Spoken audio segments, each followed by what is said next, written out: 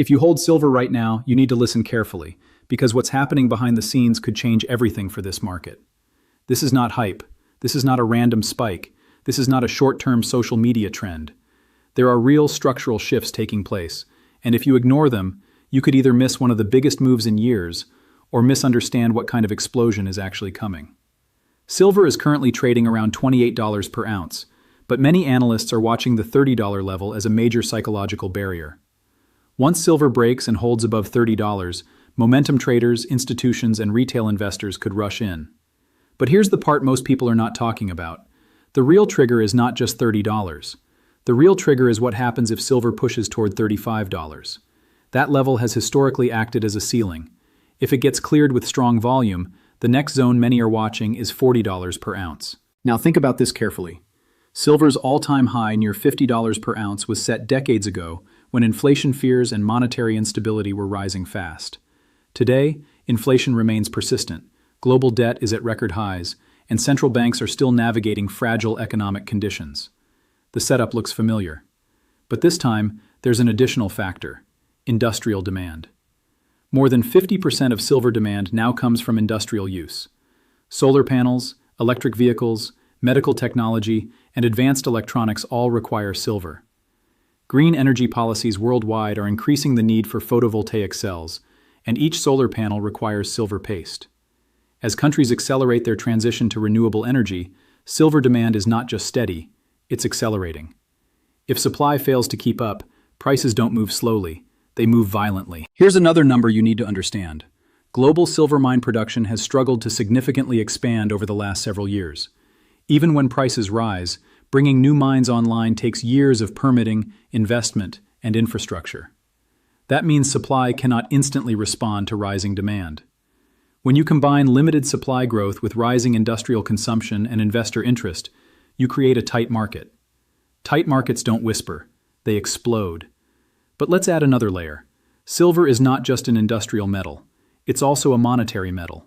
For centuries, silver functioned as real money. In times of currency uncertainty, investors turn back to hard assets. We're seeing growing concerns about fiat currency stability, central bank digital currencies, and long-term purchasing power.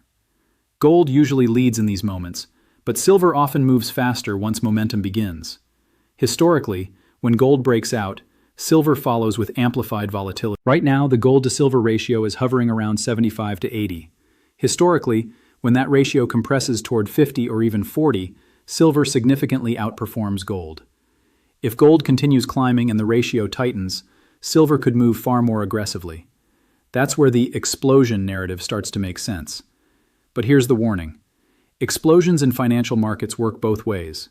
Silver is known for sharp rallies followed by brutal corrections. If silver jumps from $28 to $35 quickly, you could see profit taking. If it spikes to $40, volatility will likely increase dramatically. Retail investors who chase parabolic moves often get shaken out during pullbacks. There is also the broader macro environment to consider. If the US dollar strengthens significantly, precious metals can face short-term pressure. If interest rates remain higher for longer, that can reduce speculative appetite. Silver does not move in isolation. It responds to inflation data, Federal Reserve policy, geopolitical tensions, and global liquidity conditions. At the same time, central bank gold buying has reached multi-decade highs. While central banks don't typically buy silver in the same way, their actions signal a broader shift in trust toward hard assets. When institutional confidence in paper systems weakens, retail and private capital often look for alternatives. Silver, being more affordable per ounce than gold, attracts a wider base of buyers. Now imagine this scenario. Silver breaks $30, holds above it for several weeks, industrial demand continues rising, and inflation data surprises to the upside. Momentum builds. News headlines amplify the narrative. Retail investors flood into exchange-traded funds. The metal pushes toward $35. Traders who were skeptical begin to chase. If 35 breaks, 40 becomes the magnet. And if 40 gets cleared, the psychological pull toward $50 becomes extremely powerful.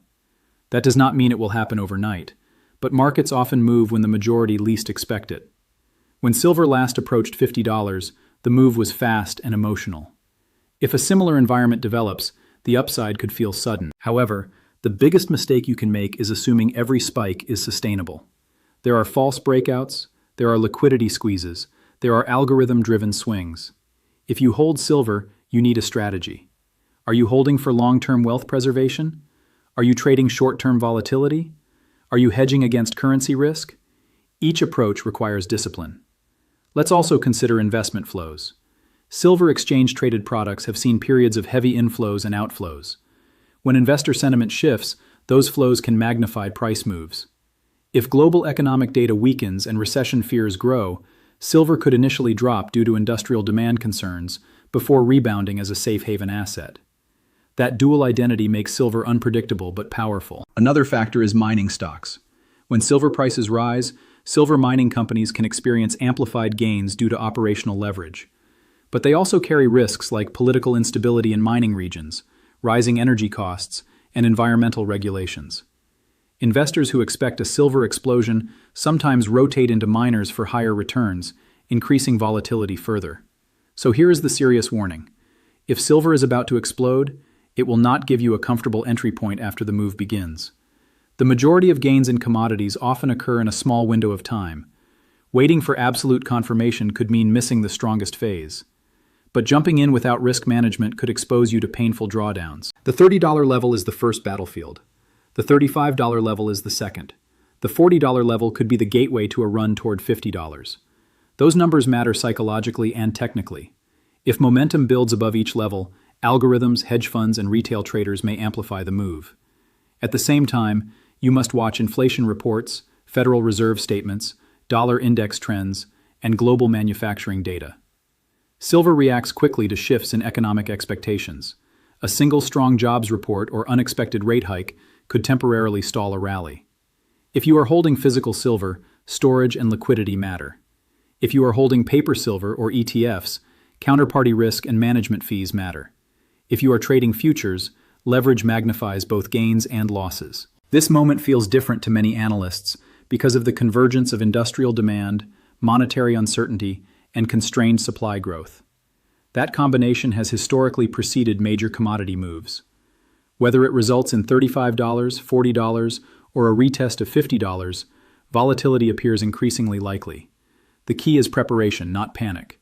If you hold silver, take this warning seriously. Explosions are powerful, but they are also chaotic. Plan your entry. Plan your exit. Understand your time horizon. Watch the $30, $35, and $40 levels carefully. And remember that in markets, discipline beats emotion every single time.